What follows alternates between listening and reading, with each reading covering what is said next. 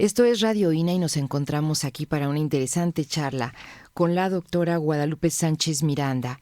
Así que a nombre de Conaculta y el Instituto Nacional de Antropología e Historia, les invitamos a acompañarnos hoy que vamos a platicar justamente del poblamiento de América, de la llegada del hombre a nuestro país, cosa que no habíamos tenido la oportunidad de conocer, cuándo llegó al continente, cómo se inicia el poblamiento, qué evidencias se encuentran en México. Hablaremos de los sitios recientemente descubiertos en Sonora y de las investigaciones particulares que realiza nuestra invitada, la doctora Guadalupe Sánchez Miranda, a quien le doy la más cordial bienvenida a este espacio. ¿Qué tal, doctora? Bienvenida.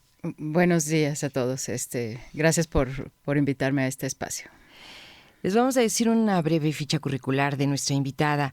Tiene un doctorado por la Universidad de Arizona en Arqueología y Ciencias de la Tierra, así que ella es geoarqueóloga.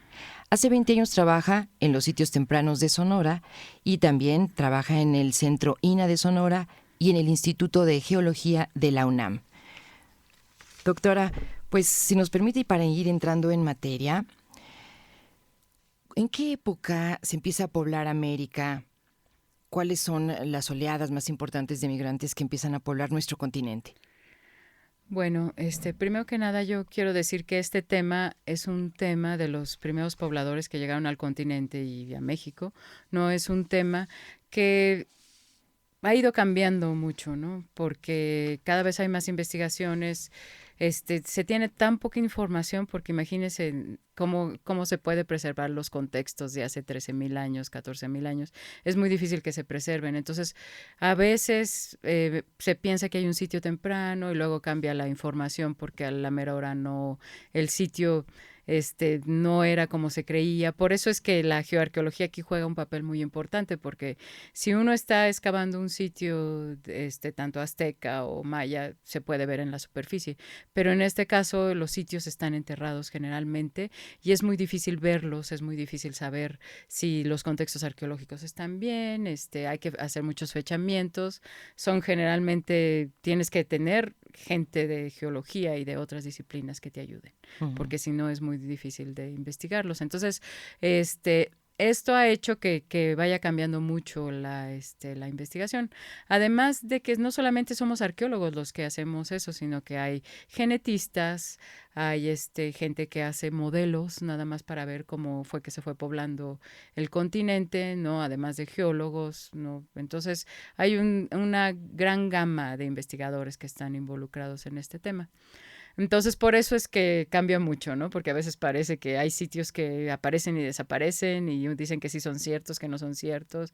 Creo que es uno de los temas más apasionante y además a la misma vez donde hay más controversia, ¿no? Entre todos. Uno dice que sí, sí, otros no, ¿no? Entonces, basado en esto, pues sí les puedo decir que lo último, casi de las últimas investigaciones que se tienen, es que el hombre llegó al continente americano hace no más de 15,000 años, ¿no? Eso es lo que se cree ahora. Y ahora ya se está pensando que no solamente, como siempre todos aprendimos en la escuela, ¿no? Que entraron por el estrecho de Bering, ahora se piensa que debió haber habido varias oleadas, ¿no? Precisamente hace 2 o 3 semanas fui a unas conferencias de los que se llamaba la Paleo-American Conference en Santa Fe, y había 3,000 especialistas en el tema y y hace muy recientemente, menos de 6 meses, encontraron unos sitios que ya tienen fechamientos que están cerca de Maine, por ejemplo, que tienen fechas de unos 20,000 años, por ejemplo. Pero esos sitios parece que eran cazadores de focas que pasaban del continente de la Iberia, ¿no? De la península ibérica hacia las Américas, pero a lo mejor no contribuyeron tanto en el continente. O sea, a lo mejor hubo gente que sí llegó a las costas sin que realmente empezaran Poblaran a poblar. propiamente, ¿no? Sí. Uh-huh. Ahora, entonces, quiere decir no más de 15,000 años y se tiene comprobado que sí, algunos, en algún caso, esa migración sí provino del estrecho de Bering, Sí. que es lo que todos... Y en los otros casos, ¿por dónde entraron al continente? ¿En la Bueno, misma época o...? se piensa que también pudieron haber entrado por el este de Estados Unidos, ¿no? Más viendo estos sitios que es obvio que los cazadores de focas sí sabían del continente, ¿no? Más porque si ustedes piensan cuando tienen un vaso con agua y lo hacen hielo, pues entonces todos los mares estaban contraídos cuando fue el glacial, porque en el momento, hace 15,000 años, era otra época totalmente diferente que ahorita. Estábamos en la época del Pleistoceno y estaban los glaciares. Entonces eso quiere decir que el mar estaba mucho más metido en el continente porque los hielos ocupaban un lugar mucho mayor, ¿no? Más extendido. Más extendido, y entonces si el hielo estaba mucho más abajo de lo que está ahorita los glaciares, entonces los pescadores de focas, por ejemplo, podían irse por toda esta cordillera de hielo, ¿no? Uh-huh. Entonces no era tan difícil navegar en el mar, ¿no? Por ejemplo. No. Ahora, el otro punto, esto que usted pone en la mesa de que es un tema controvertido, ha dado muchas teorías de muy distintas épocas, algunas después del descubrimiento de América, unas, por ejemplo, que dicen que el hombre evoluciona en las pampas argentinas y de este lugar puebla el resto del planeta. ¿Cuáles se han descartado? ¿Cuáles se han vuelto más importantes, más relevantes de todas las que se han mencionado antes? Bueno, lo que yo creo es que ahorita hay sobre todo 3 diferentes rutas que se cree que tomaron los primeros pobladores a las Américas. Una sigue siendo por el estrecho de Bering, pero a lo mejor esa fue un poco más tardía. Pero otra es igual que como pudieron navegar de Iberia hacia las Américas, igual pudieron navegar de Asia hacia rodeando todo California hasta llegar a Baja California, porque los hielos estaban mucho más abajo, ¿no? Entonces con lanchas y botes la gente pudo haber hecho eso. Y tenemos muchas evidencias de que en esa época sí se usaban lanchas ya, ¿no? Uh-huh. Entonces, porque si vemos un ejemplo de otro continente, es que al continente australiano, los primeros pobladores llegaron hace 40,000 años y solamente pudieron haber llegado con lanchas. Exacto. Entonces, claro que pudieron usar lanchas para llegar a las Américas, ¿no? Entonces, sobre todo estas 2 teorías, yo creo que ahorita son las más aceptadas. Y puede ser que siguieron por todo el Pacífico, por ejemplo, los que entraron por el estrecho de Bering, costeando desde Asia, no, se siguieron por todo el Pacífico y pudieron llegar hasta Chile. Porque en Chile hay un sitio que se llama Monteverde, que tiene fechas de 14,500 años, ¿no? Entonces tiene fechas como 600 años más tempranas que las fechas más tempranas que hay tanto en todo el Norteamérica, pues, y en México, ¿no? Entonces, por eso se piensa que a lo mejor hubo un grupo que llegó primero tan abajo, ¿no? Sí. Pero, ¿qué tiene que ver con los otros pobladores? Eso es lo que no podemos saber, porque las tradiciones arqueológicas parecen ser muy diferentes, ¿no? Y se descarta cualquier posibilidad de que hayan llegado desde Australia, por ejemplo, sí, hacia el sur de América. Sí, esas teorías realmente ahorita no tienen mucho soporte, ¿no? Pero sobre todo las que ahorita más, pero claro que eso puede cambiar. Digo, a lo mejor en 5 años si me vuelven a hacer esta entrevista va a estar totalmente diferente, ¿no? Pero sí, porque hay mucha gente trabajando, ¿no? En eso. Entonces, bueno, si había 3,000 investigadores especializados en el congreso que recientemente usted fue, ya nos podemos imaginar que es un tema por lo menos muy atractivo para los especialistas. Doctora Guadalupe Sánchez, y díganos, ¿cómo van llegando a México? ¿Qué sabemos de esos datos?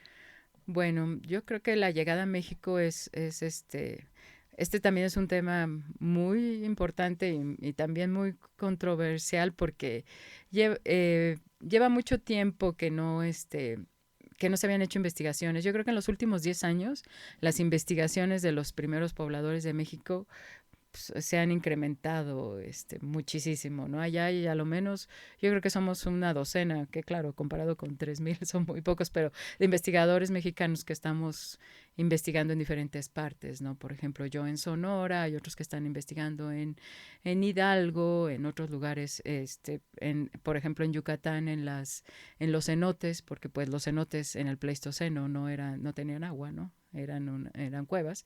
Entonces, ahí también se está investigando los primeros pobladores. Entonces, hay mucha más información, ¿no? pero lo cierto es que tenemos muy poca información de México, ¿no? Se puede, fechas que sean de 13,000 años, solamente hay unas 3 o 4, ¿no? Muy pocas. Y unas son de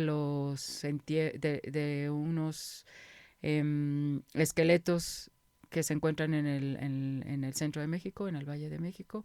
Uno es uno que se encuentra en el Peñón de los Baños, que es la famosa cerrito. Mujer. No, no es una mujer, ¿No? es hombre, creo. Pero la Porque otra es famosa, ¿no? La de la Mujer del Peñón, Ajá. de los Baños. Bueno, pero esa creo que no resultó ser tan temprana como el otro, ¿no? Uh-huh. Entonces el otro sí tiene una fecha de radiocarbono como de 11,200 años, que ya si hablamos antes del presente sería como 13,000 años, ¿no? Esa. Y también hay otro esqueleto que se fechó en la carretera a Puebla, uno que se encontró, ¿no? Pero además de esas dos fechas y las fechas que se han encontrado en Sonora, casi nada está fechado tan temprano. Ahorita se están empezando a hacer cosas con los cenotes, porque también hay muchos esqueletos, pero hay que tener mucho cuidado con eso porque es muy difícil fechar huesos que han estado abajo del agua más de 10,000 años. Entonces hay mucha, se tienen que hacer 4 o 5 fechas, los tienen que limpiar muy bien, porque pues tienen mucha contaminación. Entonces hay unas fechas medio tempranas de ahí, pero yo las vería con un poco de cuidado hasta que se sepa bien, hasta que haya más fechamientos, pues, para poder saber, porque sí no es tan claro, pues, cómo se pueden fechar esos, ¿no? Entonces, si quiere, pasamos a Sonora. ¿De cuáles son los vestigios más antiguos? ¿De qué fecha han encontrado? Bueno, en el sitio del fin del mundo, que es un sitio que se encontró recientemente y que sí tenemos contextos enterrados, ¿no? El año pasado, exactamente en enero del 2012, uh-huh, que estuvimos excavando este sitio, bueno, mi equipo y yo llevamos como 3 o 4 años excavándolo, encontramos restos de carbón en un contexto primario donde se estaban destazando elefantes, y entonces ahí pudimos fechar, tenemos una fecha que es ya calibrada y es de 13,600 años. Pero no son restos humanos, son elefantes. No son restos humanos, pero es un área de actividad con elefantes y tienen las puntas Clovis clavadas como si los hubieran cazado, y además hay carbón, ¿no? Que carbón es lo mejor que se puede fechar, ¿no? Como que los huesos todavía es un poco difícil fecharlos con radiocarbono, ¿no? Y bueno, y nosotros tratamos de fechar los huesos del gonfoterio y no obtuvimos colágeno suficiente para fecharlos. ¿El gonfoterio son los restos de animales? Sí, los gonfoterios en este sitio del fin del mundo, que se encontraron gonfoterios, que son elefantes del Pleistoceno. Son como mastodontes, pero más chiquitos. O sea, los 3 elefantes del Pleistoceno son mamuts, mastodontes y gonfoterios. Entonces los gonfoterios son los más chiquitos de los elefantes, ¿no? Y tienen, a diferencia de los mamuts, si ustedes se acuerdan de las fotos, ¿no? Tienen los colmillos o las defensas que dan vuelta, ¿no? Sí. Y los mastodontes y los gonfoterios tienen las defensas solamente rectas, ¿no? Esa es la diferencia. Esa es la diferencia. Ajá. Bueno, creo que es muy interesante saber quiénes son los Clovis, uh-huh, y cuántas evidencias hay en México de estas culturas. Bueno, los Clovis, porque podemos hablar mucho de quiénes son los que llegaron primero y todo, pero hasta que no encuentras varias evidencias de que se repite el mismo tipo de herramientas que están usando, que se puede usar como un marcador cultural, es muy difícil decir quiénes son los primeros que llegaron. Entonces, el primer complejo cultural, que es como yo les he llamado, ¿no? y otros investigadores, son los grupos de cazadores-recolectores Clovis. Y estos grupos son grupos que se distinguen tanto se distinguen como se asocian entre sí por tener unas puntas de proyectil que se usan para las lanzas, que se llaman clovis y son puntas lanceoladas que tienen una canaladura por el medio. Entonces es una técnica de manufactura muy difícil de hacer y todos los grupos tienen las mismas puntas. Entonces por eso se puede creer que son grupos que tienen la misma afiliación o a lo menos se conocen entre ellos, ¿no? Uh-huh. Y que esta punta se ha encontrado, se ha encontrado distribuida desde México, por ejemplo, en Oaxaca hay hasta 3 puntas clovis, ¿no? Hasta todo Norteamérica, pues, hasta donde llegó el glacial en ese momento, ¿no? Hace 13,000 años. Y todas tienen las mismas características. Todas tienen las mismas características. Por eso siempre se ha pensado que es un mismo grupo, ¿no? Que ya, a lo mejor no es que sea un mismo grupo, pero sí grupos que tienen una afiliación, o sea, que a lo mejor tienen el mismo idioma, o que llegaron juntos y se fueron dispersando y ya, porque también Clovis dura mucho, ¿no? Dura unos 800 años, entonces son varias generaciones y que a lo mejor esta punta es una punta ritual para cazar o algo y que la siguen repitiendo, ¿no? Entre todos. Porque exactamente ahora en esta conferencia yo vi de hace 3 semanas, llevaron colecciones de diferentes partes y había unas de Venezuela y las puntas son idénticas a las que yo tengo en Sonora, ¿no? Entonces es muy interesante, ¿no?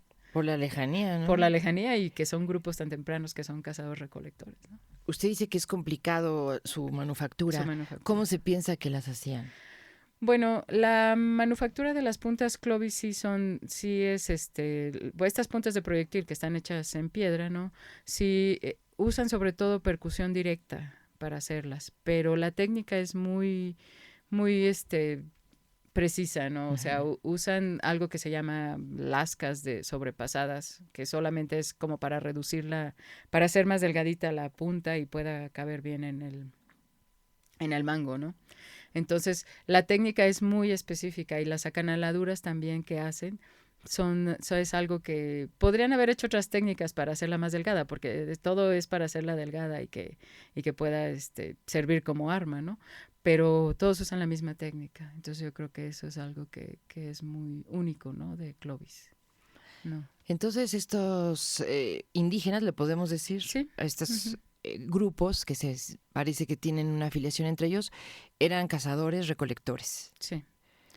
Estos se consideran los más antiguos pobladores. Sí, los más antiguos que se sabe, a lo mejor hay gente que llegó antes, pero es un poco difícil ver su afiliación, ¿no? Pero los grupos cazadores recolectores que se puede ver que son un grupo en común son los clovis, ¿no?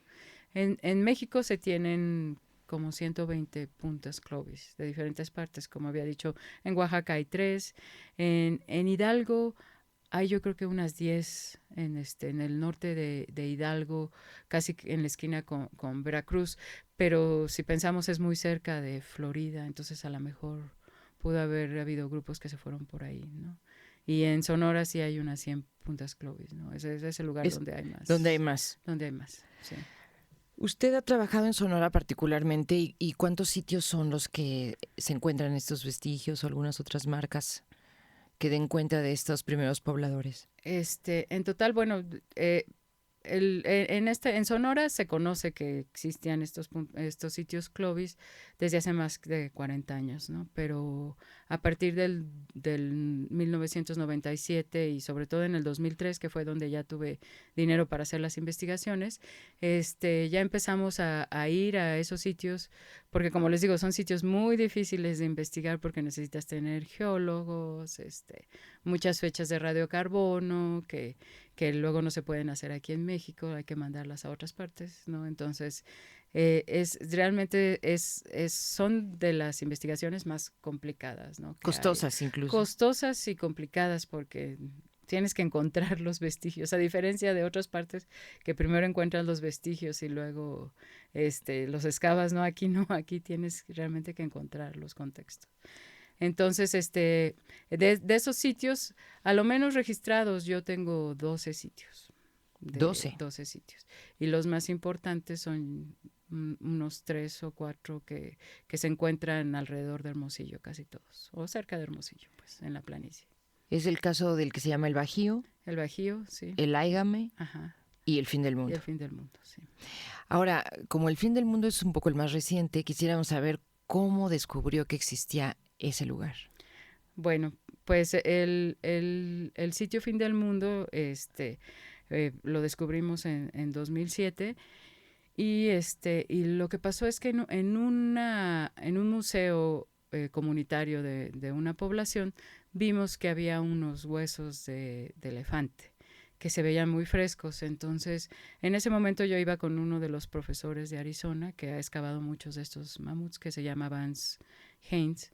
Y él me dijo, bueno, estos huesos se ven muy frescos, pueden ser de los últimos, porque como los mamuts hay desde hace 150,000 años, se pueden encontrar muy fosilizados, y en este caso casi no, ¿no? Entonces él pensó que pudieron ser huesos de los que estuvieran asociados a algún sitio de los primeros pobladores, que no fuera tan viejo como de 14,000 años. Entonces, eso fue unos años antes de 2007, ¿no? Que vimos estos huesos, hablamos, nos dijeron en dónde habían encontrado los huesos, fuimos con el dueño del rancho y como era época de lluvias dijo que pues sí era muy lejos y que no se podía entrar ahorita, ¿no? Pero que él nos llevaba con mucho gusto.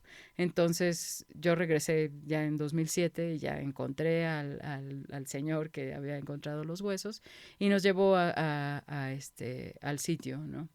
Y entonces sí, el fin del mundo porque es un sitio que está muy, muy lejos de cualquier parte, ¿no? Por eso Por es eso lo pura, bautizaron. sí, por eso lo bautizamos así, porque es como a 4 horas de cualquier poblado, ¿no? En terracería. Entonces, y la ¿Y qué terracería no encontró es. el primer día que fue?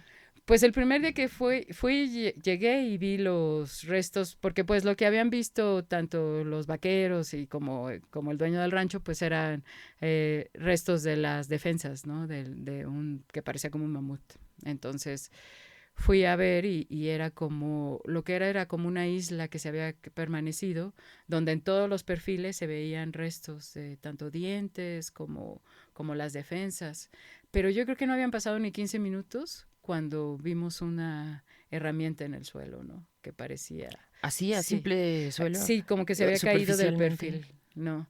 Entonces ya claro que todos estábamos brincando de emoción, ¿no? Y luego unos minutos más después encontramos una punta Clovis, ¿no? Uno de los de mi grupo, del equipo que trabaja conmigo. Entonces ya pensamos que seguramente era un sitio de los primeros pobladores. No. Ahora, ¿cómo se protege un sitio en cuanto hay estos hallazgos que además en una sola mañana o no sé, en ese primer momento ya empiezan a salir las evidencias tan pronto? ¿Cómo se puede controlar quién entra, quién lo toca, etcétera?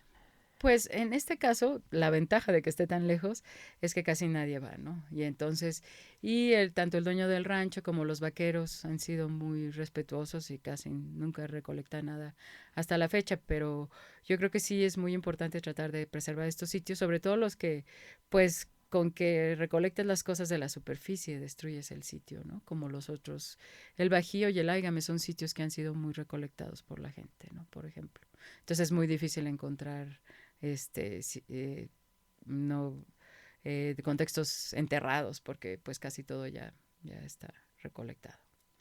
Pero yo creo que sí se tendría que pensar en cómo hacer con estos sitios que tienen tantas evidencias y que están en la superficie, ¿no? Y que hay muchos de esos en Sonora, por Fíjese. ejemplo. Por ejemplo, para investigar bien el fin del mundo, ¿cuánto tiempo más usted se da para hacer todo? Bueno, es que el sitio es muy complicado porque además de tener este elemento arqueológico que es la casa de los gonfoterios, porque son ahí en esta zona que es como lo que queda de una ciénaga, pues, y entonces todo lo de alrededor se erosionó, entonces solamente nos quedó un contexto de 20 metros por 5. Es lo único que se quedó como una especie de isla, ¿no? Que la hemos ido bajando, donde ya encontramos que había 2 gonfoterios jóvenes, ¿no? Que habían cazado y hemos recolectado de ahí 4 puntas Clovis, que están junto con los huesos, y unas 25 lascas, además de que hemos recuperado carbón, ¿no? De este contexto. Pero además de este contexto, hay muchos campamentos alrededor. Entonces parece que los grupos Clovis no solamente fueron y cazaron ahí, sino que también era un campamento al que regresaban varias veces. Entonces, aunque estamos ya a punto, nos falta una temporada más para terminar de excavar todos los contextos que están en esta isla. Hay mucho más contextos alrededor de este elemento, ¿no? Como los campamentos también están recolectando una especie de riolita para hacer puntas clovis, ¿no? Entonces, ¿Qué es riolita, perdón? riolita es una roca volcánica, ¿no? Una roca ígnea. Entonces, con ese yacimiento de riolita lo están usando para hacer más herramientas de piedra. Entonces, es un sitio que es un poco más complicado, ¿no? Entonces, no sé cuántos años falten para seguir investigando. Cuando dice campamentos, quiere decir que encuentran así como encuentran esta roca como acumulada, que da idea de que se hizo exprofeso, ¿no? Que se juntaba. ¿Algún otro dato que dé cuenta de que por ahí pasaban, de que era un sitio recurrente? Estamos hablando de la prehistoria, ¿verdad? Sí, Estamos sí, de hace hablando de muchísimos años, ¿no? 13,000, usted nos Sí, decía, ¿no? 13,000 años. Y cuando además el paisaje era totalmente diferente, ¿no? Sí. Porque ahora el fin del mundo está dentro de una zona medio semidesértica o... Sí, está dentro del desierto de Sonora, ahorita. Ahora. ¿Y entonces qué se sabe de esos campamentos, doctora? Bueno, en primer lugar, yo creo que cuando llegaron los grupos Clovis aquí, pues no era un desierto, ¿no? Y seguramente ha de haber sido una zona, una sabana con pastizales y encinos y pinos, ¿no? Seguramente. Aunque todavía no hemos terminado, porque se pueden usar las muestras de polen para saber cómo fue la vegetación en esa época, que la podemos recuperar de estos contextos donde como había una ciénaga, pues está muy bien preservado. Pero todavía no tengo los datos específicos del sitio. Pero sí ha habido estudios alrededor de este sitio, sobre todo en Arizona, porque pues ya estamos cerca ya de Arizona y en algunos sitios en Sonora, y parece que esa ha de haber sido la vegetación, ¿no? Más o menos. Pero y también en los campamentos, pues lo que se encuentra son muchas herramientas que estuvieron usando, como raspadores, por ejemplo, para hacer ropa, ¿no? Para procesar las pieles, ¿no? También en estos campamentos se encuentran más puntas clovis rotas, que son cuando ya no les sirven más las herramientas, van y las tiran en los campamentos o las tratan de reusar, ¿no? Entonces se han encontrado a lo menos unos 300 artefactos. Pues es bastante. Sí, para ser de 13,000 años, ¿no? Sí, es bastante. Ahora, para una persona como usted, con la especialidad de esta época del Pleistoceno, los huesos humanos son muy importantes. Usted estaría buscando afanosamente en esos sitios, son 12 sitios en Sonora, encontrar estos restos.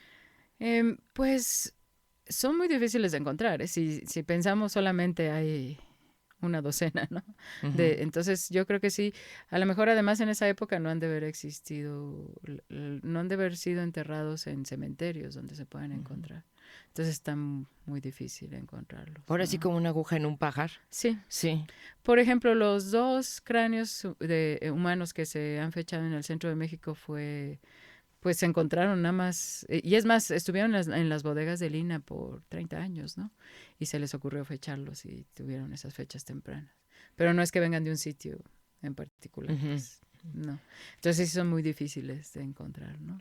Aunque la preservación en Sonora es muy buena porque tenemos otros sitios que no son tan antiguos, que son de hace 4,000 años, como el sitio de la playa, donde hemos recuperado más de 300 entierros, ¿no? Porque pues en el desierto como no hay mucha agua, se preservan muy bien las cosas. Pero yo creo que sí, digo, sería muy bueno encontrar una mujer Clovis enterrada, ¿no? Sí. Pero sí sería muy difícil, ¿no? Nota de muchas columnas, ¿no? Sí. En el Aigame nos quiere contar algo que haya sido relevante de este lugar. ¿También lo bautizaron ustedes? No, así, ese es un rancho muy viejo. Que es yo creo que uno de los primeros ranchos españoles que existieron en Sonora, y así siempre se ha llamado. No, pues este sitio desafortunadamente no encontramos contextos enterrados, aunque tiene a lo menos unas 10 puntas Clovis con muchos artefactos, ¿no? Que han coleccionado los coleccionistas, No, bueno, cuando yo fui encontré unos cuantos más, pero no pudimos encontrar contextos enterrados. No. Entonces, no creo que podamos... Bueno, se podría tratar de ver si se puede encontrar algo más, pero a lo menos la temporada que yo estuve no pude encontrarlo. No, entonces a lo mejor ya se erosionó todo y lo que queda es de la superficie. Sí, son sitios muy difíciles. ¿Tenemos idea, doctora Guadalupe Sánchez Miranda, de cómo eran físicamente estos hombres en esa época? Estos hombres y mujeres, ahora para ser incluyentes. ¿Existe esa posibilidad? Pues la verdad es que no se sabe de esta época, ¿no? Hay muy pocos restos como les había dicho, ¿no? Para tener una idea, no. Y entonces, aunque algunos antropólogos físicos han dicho que sí, la cabeza estaba más alargada, no, a diferencia de las cabezas más redondas, yo creo que realmente ese es uno de los temas en los que se tiene muy poca información. Y más porque yo creo que, como dijimos al principio, ¿no? Fueron diferentes oleadas de gente y de diferentes partes. Entonces yo no creo que se puedan caracterizar tan fácil. No, la antropóloga física que ha trabajado con nosotros en el sitio de la playa, donde hay muchos entierros, por ejemplo, en ese sitio ya a 4000 años hay cabezas de todas formas, porque la cabeza es algo que se usa, la forma de la cabeza para saber de las poblaciones.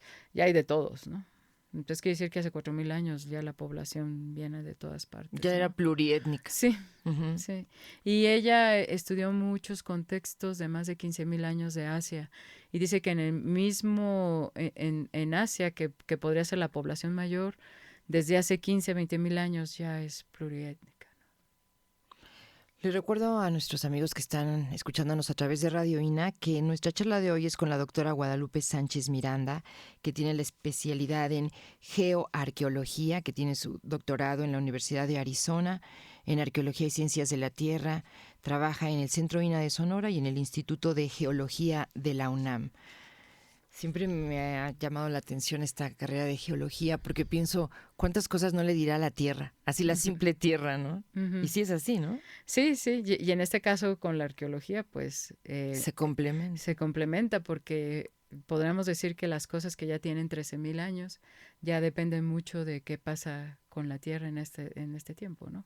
Sobre todo con los suelos, con los paleosuelos. Si los paleosuelos se preservan, por ejemplo aquí, en el caso del fin del mundo, se preservaron estos dos gonfoterios gracias a que inmediatamente después de que los mataron, empezó a existir una ciénaga. A lo mejor fue una época en la que empezó a haber más, el nivel freático fue más alto en el río que pasa cerca y entonces se formó como una especie de laguito. Entonces eso hizo que, y con muchas diatomeas y muchos otros animales que viven en el agua, y eso hizo que se preservara, porque si no, pues no se hubiera preservado, ¿no? Porque son muy viejos, 13,000 años es mucho tiempo, pues, ¿no? Cuando usted dice paleosuelo, quiere decir que era el suelo. El suelo. El suelo de ellos, es decir, el suelo que también tiene 13,000 años, ¿no? Sí. Sí, eso es impresionante, saber por colores, le dicen, ¿no? Todo habla en ese sentido. Sí, la todo tierra habla y además realmente los depósitos y la erosión y la deposición en estas zonas hace que el sitio se quede o no se quede, ¿no? Y son sitios muy difíciles de excavar también, ¿no? Porque, pues como está hablando de paleosuelos, quiere decir que el suelo ya se volvió una estructura, ¿no? Ya se está volviendo piedra. Entonces, para excavar no, con la cucharilla, híjole, no, pobres de todos los que siempre están conmigo excavando, pero todos terminamos con las muñecas destruidas, ¿no? Sí, claro, porque son muy casi, duros. Exacto, y es casi piedra. Como es casi piedra, sí, entonces hay que irlos excavando poco a poco para que no se rompan los huesos, no, entonces sí son sitios muy, muy difíciles, ¿no? Ajá. Bueno, ¿qué nos faltaría decir de estos sitios de Sonora? No se piensan abrir al público, pero creo que hay una experiencia interesante, ¿no? En Arizona, de un lugar que tiene abiertos estos sitios que hablan de esta prehistoria. Sí, en Sonora y en Arizona son dos lugares en los que se ha preservado este tipo de sitios. Y es por eso que hasta yo empecé a estudiar los de Sonora, ¿no? Porque como en Arizona había muchos sitios, yo dije, ¿y por qué en Sonora no no se sabe, ¿no? Entonces yo empecé por eso a estudiarlos. Y uno de los sitios más tempranos, bueno, y más importantes que hay, porque por la preservación también, se encuentran también en el desierto de Sonora, pero del lado de Arizona, pero están pegados a la frontera, ¿no? Es más, en el río San Pedro, que el río San Pedro es un río que cruza norte-sur, entonces, y va de sur a norte. Entonces es un río mexicano que entra a Estados Unidos y ahí es donde se han quedado preservados estos sitios, ¿no? Por ejemplo, uno de los más importantes es el mamut de Naco, que tenía 9 puntas clovis clavadas, y ese está del puerto de entrada donde se ve la bandera de México, yo creo que está a 20 metros, ¿no? Entonces casi pudo estar en México. Exactamente. ¿No? Bueno, es la misma, todo es lo mismo. Entonces, ellos sí el, e- esta, las tierras en donde están estos sitios del San Pedro, sí son tierras que son del gobierno, no son del BLM. Entonces ellos pudieron preservarlos y recientemente el año pasado se hicieron patrimonio de la humanidad, ¿no? ¿Aspiraríamos a que en México hay algunos sitios que se también tuvieran esta condición de patrimonio de la humanidad? Pues yo digo que este sitio del fin del mundo es uno de los más importantes que se ha encontrado, ¿no? En todo México y en toda América también, porque es el primer sitio que se ha encontrado que hay restos de gonfoterios con humanos, porque siempre se sabía que cazaban mamuts, pero se pensaba que los gonfoterios, a lo menos en esta parte del norte de México, se habían extinguido hace más de 40,000 años. Y entonces fue una gran sorpresa encontrar que fueran gonfoterios, porque es un sitio único, pues. Hasta ahorita es el único sitio en el que los humanos cazaron estos elefantes, ¿no? Aparte de Sonora y Yucatán, doctora Guadalupe Sánchez, ¿hay otras regiones de México donde pueda haber vestigios de este tipo? Yo creo que una zona importante es Hidalgo, que ahorita hay otro investigador de Lina que se llama Gianfranco Casiano y Ana María Álvarez, que ellos han estado investigando sitios de Clovis, ¿no? Ujú. Entonces, creo que no han encontrado contextos enterrados, pero tienen muchas puntas y siguen tratando de ver si en las cuevas pueden encontrar, ¿no? Entonces, esa zona se parece importante, ¿no? Otra zona que a mí siempre he pensado que es interesante, pero casi nadie ha trabajado ahí, es el lago de Zacuala, Sayula, en Guadalajara, ¿no? Ajá, en Jalisco. En Jalisco, Ujú. porque ahí se han recolectado 5 puntas Clovis, ¿no? Y en el centro de México, yo no sé, es un poco curioso que se han excavado más de 150 mamuts en el Valle de México, ¿no? En muchas partes y no se han encontrado asociados a humanos. O bueno, las asociaciones no son muy evidentes, como que no sabemos si... Unos excavaron hace mucho tiempo, entonces como no había las técnicas de ahora, por ejemplo, hay uno, uno de los más famosos que es el de Santa Isabel de Izapa, no, que está en Texcoco. Ese se excavó en los 40 o en los 50, ¿no? En 1950. Y entonces como no se tenían las técnicas de ahora, ahorita ya el sitio está casi todo destruido, no, entonces es muy difícil volver a regresar a estos sitios. Pero es curioso que se hayan excavado tantos mamuts y que no estén asociados a artefactos. Es decir, Entonces que no no sé hay puntas clovis en en estos el vestigios de centro de mamuts. México y En el ni de ninguna otra. Ujú. No. Solamente de Santa Isabel, que ahí sí se encontraron unas puntas muy raras que no son ningún tipo que se puede identificar, pero no sabemos bien de los contextos, porque fue hace muchos años. No se fecharon bien porque todavía ni existía el radiocarbono, ¿no? El radiocarbono se hace en 1958, fue cuando ya se Ujú. empieza. Entonces en esa época no había ni con qué fecharlos. Y como construyeron ahí un hospital y ahorita ya quién sabe qué sea, pues creo que es muy difícil de regresar a estos sitios, Ahí ¿no? se perdió esa información, tal Se vez. perdió esa Ujú. información y a lo mejor en muchas otras. Digo, yo creo que el Valle de México sería ideal también para los primeros pobladores, pero no se ha podido encontrar. Solamente estos cráneos que han sido fechados, ¿no? Esos son los únicos y que sigue siendo un enigma porque como no son de un sitio, digo, yo creo que se necesitan hacer más fechamientos, ¿no? Para saber, ¿De ¿no? Milpa Alta se tiene algún fechamiento, algún vestigio? Mm, Hay varios mamuts en diferentes partes, pero ninguno se ha encontrado asociado con humanos. O si hay alguna Alaska por ahí, es un poco dudoso del contexto, ¿no? Ujú. Al igual que, por ejemplo, hay un sitio que se llama Tocuila, que parece que podría tener alguna lasca de Tocuila. Ese también está en Texcoco, ¿no? Entonces ese podría tener una lasca de un hueso de una de las defensas del mamut, pero pues no se ha demostrado muy bien, ¿no? Son esos sitios de que, bueno, pueden ser, pero hasta que no se demuestre bien, digo, a lo mejor yo soy muy conservadora, pero no, Pero no, prefiere tener sus sí, reservas. claro, sí, Ujú. ¿no? En esos sitios.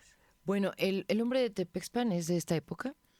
No, el hombre de Tepexpan se creyó por mucho tiempo que era muy temprano, porque igual cuando se encontró fue en los años 40, donde todavía no había radiocarbono, y viendo los geólogos, viendo los estratos, pensaron que venía de un estrato muy temprano.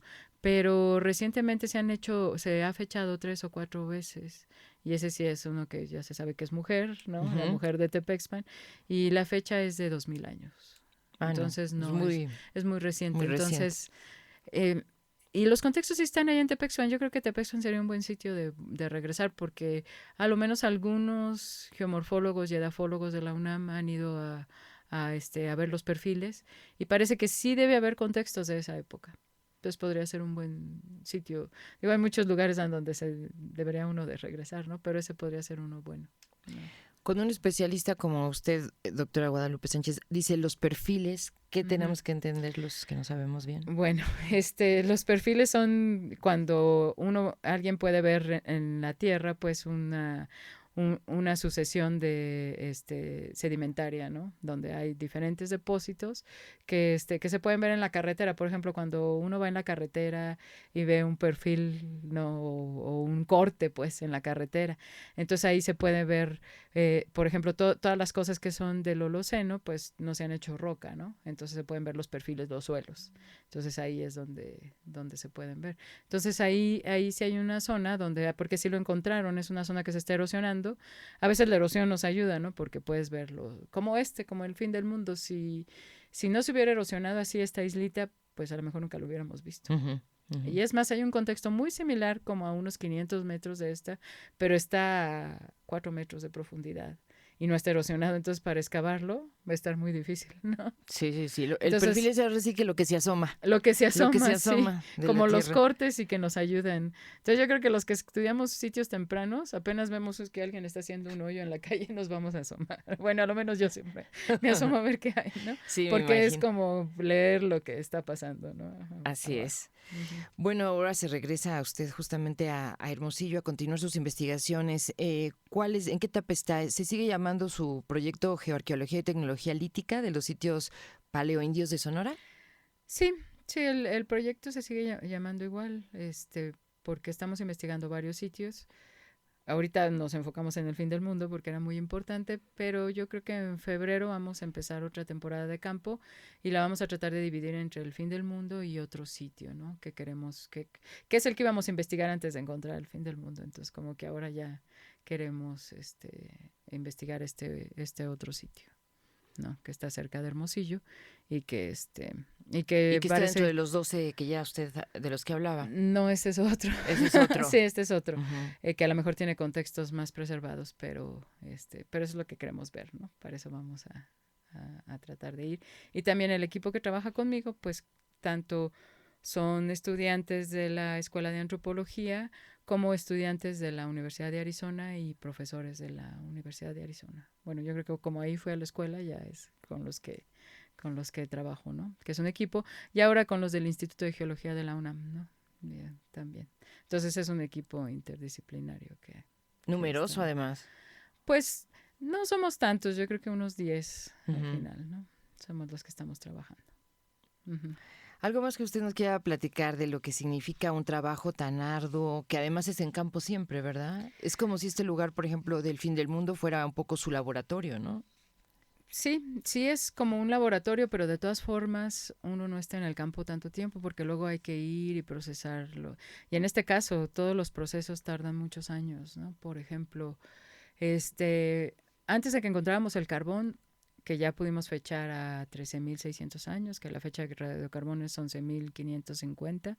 Ese carbón, antes de encontrar el carbón, estábamos tratando por todos los métodos posibles de fechar, porque una de las cosas para fechar por radiocarbón es que tiene que tener materia orgánica. Y los huesos tienen muy poquita, que es el colágeno, es la única. Y entonces ninguno de los huesos tenía colágeno. Yo creo que mandamos 10 o 20 huesos. Y no hubo manera. Entonces quisimos ver si se podía fechar el suelo. Entonces, para fechar el suelo se puede hacer una técnica que se llama OSL, que es oscilación óptica. Entonces, lo que hacen es como los cuarzos que tiene la tierra, que es la arena, son cuarzos, ¿no? Entonces los cuarzos absorben una cantidad de sol y cuando se quedan enterrados, es así muy difícil, ¿no? La técnica. Entonces, con esa pueden ver para dónde se quedó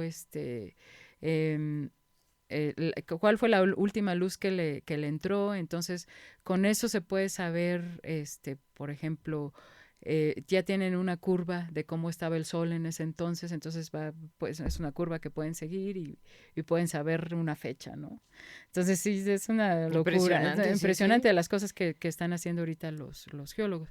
Y entonces, para eso, por ejemplo, nosotros tienes que ir y tomar primero lecturas, luego las muestras. Eso yo creo que tardó como 2 años, ya que tuvimos los resultados y no sirvió.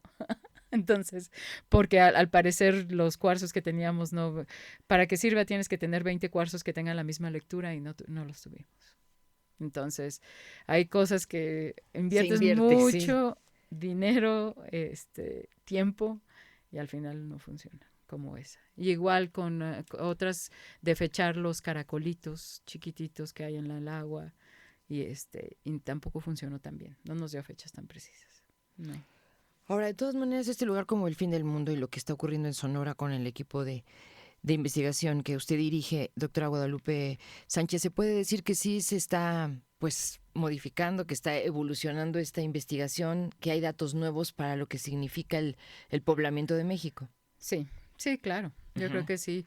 Hay muchos datos nuevos, pues, sobre todo esto, saber que, bueno, otras cosas interesantes también, ¿no? Bueno, que yo creo que son muy importantes y que a lo mejor ahorita, pues, todavía como apenas los resultados de las fechas de radiocarbono nos las dieron hace 3 meses, ¿no? Entonces, apenas estamos empezando a ver cómo son estas fechas, ¿no? Pero realmente nuestras fechas son de las fechas más tempranas que hay de Clovis y están en México. Entonces siempre se ha pensado que los Clovis estaban en Norteamérica y se pasan hacia el sur, ¿no? Pero ahora unas de las fechas más tempranas están en México. Entonces, eso cambiaría la óptica. Claro. Quiere decir que primero estuvieron aquí, en un momento dado. Puede ser, sí, ¿no? ¿Qué otra de las posibles conclusiones preliminares nos puede comentar en lo que nos resta del programa? Estamos acercándonos ya al final. Pues yo creo que algo también muy importante es ver que pues los primeros pobladores que llegaron se asientan en algún lugar, como en este caso es toda la planicie costera de Sonora, y realmente empiezan ya a quedarse en este lugar, ¿no? A lo menos en Sonora. En otros lugares parece que se van moviendo porque además a lo mejor el clima no es muy bueno, pero yo creo que aquí encontraron el mejor clima que habían encontrado, con muchos animales, porque además de los elefantes, debe haber habido ya muchos de los venados, ¿no? Que hay en Sonora, que por ejemplo el venado bura, que es muy grande, es un animal muy grande, ¿no? Que es en el único lugar donde hay es en Sonora. Entonces, ¿y todavía existe? Todavía existe, sí, ¿no? Es uno de los venados, es un venado que mide como 1 metro y más, ¿no? 1,5 metros comparado con los otros venados. Sí, son muy grandes. Si te los encuentras en el campo, sí te asustan. No, como no sé, cualquiera me asustaría. No, entonces yo creo que encontraron un clima perfecto y se quedaron más bien ahí, ¿no? Eso es lo que yo pienso. Como que ahorita todavía no encuentro evidencias muy precisas, pero el hecho de que están usando materias primas locales, o sea, que están usando las piedras de ahí para hacer las herramientas, parece que ya conocieron cómo son las piedras y se quedan. Claro. Porque casi todos los otros sitios que están en Estados Unidos, sobre todo los que están en Texas, y ellos parece que estos grupos Clovis se van moviendo mucho. Y entonces tienen materia prima que viene de 500 kilómetros, ¿no? Entonces, parece que ellos sí están guardando estas, y existen otros tipos que están guardando este tipo de herramienta y también y de materia prima, y también existen muchos sitios que se llaman cachés, que son como que, como ya saben que van a regresar ahí, entonces hacen como unos núcleos que son como unos bifaciales grandotes de esta piedra que les gusta mucho y los esconden. Entonces puedes encontrar muchos de los sitios de Texas son hoyos con 30 bifaciales en proceso, por ejemplo, porque van a regresar ahí y van a recolectarlos y se van a ir a otra parte. Y aquí en Sonora y en Arizona no existe eso. Entonces, los bifaciales son las piedras, sí, ¿no? los bifaciales como los núcleos con los que van a hacer ya una punta clovis o un raspador o algo que les sirva de herramienta. Entonces yo creo que esto es importante porque quiere decir que realmente los primeros pobladores se quedaron ahí y a lo mejor eso hizo que después se fueron yendo más hacia el sur y realmente son los primeros pobladores que llegaron a México, ¿no? De ahí, aunque en Sonora nunca hubo civilizaciones muy grandes yo creo que más por la falta de agua, porque es un desierto y no puede haber poblaciones muy grandes, pero los primeros que llegaron se fueron yendo hacia el sur y formaron las otras poblaciones tan importantes, ¿no? Bueno, pues es un dato muy relevante, ¿no? Así que, pues realmente es una maravilla esta posibilidad de investigar en Sonora y tener los equipos con los que ustedes cuentan, ¿no? Le dicen basalto vitrificado, ¿verdad? A este material de las puntas Clovis. El que está en el Bajío sí es un basalto que parece sí, que se volvió casi una piedra, porque pues, bueno, los que saben de herramientas líticas, las rocas ígneas no son muy buenas, pues, para lasquear, no, es preferente tener otro tipo de materiales. Bueno, la obsidiana, que es la única que es buena de las ígneas, pero si no, por ejemplo, en el área maya hay todos estos calcedonia y sílex que son preciosos, ¿no? Para lasquear y para hacer herramientas. Y estos no son muy buenos, pero si se vitrifican pueden parecerse un poco son de mejor calidad, pues, para hacer herramientas, ¿no? Entonces, por eso, ahí en el Bajío hay una buena fuente y hacen muchas herramientas ahí, ¿no? En este sitio. ¿Hay algunos puntas Clovis que estén en exhibición, que uno pueda conocerlas y verlas ya con la mirada de ya sabemos que ahora sí que estamos en la prehistoria, que estamos hablando de hace 13,000 años? Desafortunadamente ahorita el Museo de Sonora está en remodelación, entonces no están en Ahora no se exhibición, ve. no están, pero esperemos que cuando ya se remodele ya se puedan poner. Pero en donde yo he visto es en el Museo Regional de Guadalajara, de Lina, de Jalisco. Ahí sí hay 2 puntas Clovis de obsidiana. Creo que en el Museo Nacional de aquí no hay, pero ahí sí hay 2 puntas de las que encontraron.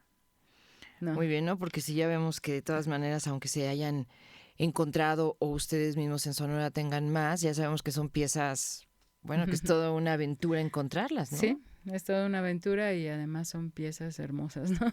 Las puntas Clovis, ¿no? Así es. Ajá. Entonces esa imagen que tenemos del hombre con una lanza y con esta punta, pues tremendamente filosa, ¿no? Así como teníamos en las gráficas, eso sí es correcto. Ese hombre tenía esa lanza, tenía esa punta. Sí, sí, yo creo Y entre que varios mataban al animal. al animal. Sí, ¿no? porque eran animales muy grandes, sí.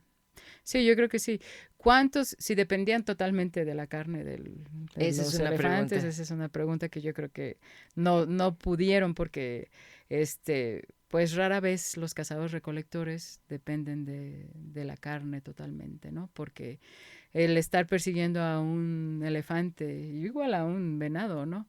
Puede ser que no lo caches, ¿no? Entonces te quedas sin comer varios días. Exacto. Entonces tienes que tener algo que sea más fácil de cazar, De ¿no? obtener. De obtener como conejos que puedes cazar con redes.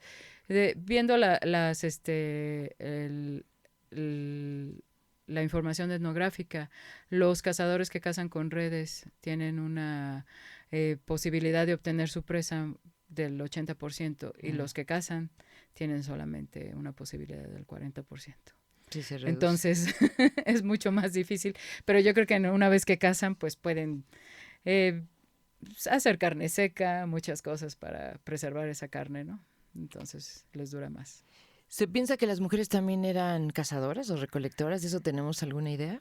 Eh, pues no, pero yo sí creo, no se tiene ninguna idea y a lo mejor sí puede ser que sea una actividad que es de los hombres, no, pero las mujeres juegan un papel fundamental porque ellas son las que hacen la ropa, a lo mejor hacen las lanzas, y hacen y cazan las otras cosas, ¿no?